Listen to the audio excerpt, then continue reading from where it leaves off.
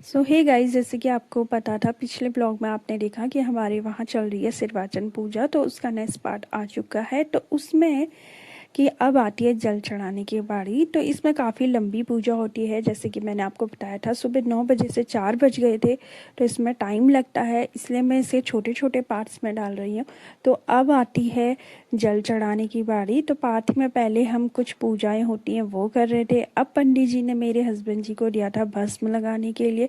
तो सबसे पहले तो जिसकी पूजा है उस पर लगेगा, शिवलिंग में सबसे पहले भस्म लगा। फिर मेरे हस्बैंड जी ने अपने आप को भस्म लगाया। भस्म लगाया उसके बाद उन्होंने मुझे भी लगाया, और जितने लोग हम वहाँ पर बैठे थे, मामी, भाभी, सासू माँ मेरी, तो सबको भस्म लगाया। सबको भस्म लगाने के बाद ही पूजा शुरू होगी। उसके बाद पंडित जी ने भस्म मांगा और वो लगाने चले गए। पहले उन्होंने भस्म लगाया मेरे ससुर जी को, फिर लगाया मेरी कुच्चू को। तो मेरी कुच्चू बड़े ध्यान से देख रही थी आखिर क्या लगाया जा रहा है। वो कभी भी ऐसे टीका लगाने के लिए परेशान नहीं करती, बहुत अच्छे से लगाती है।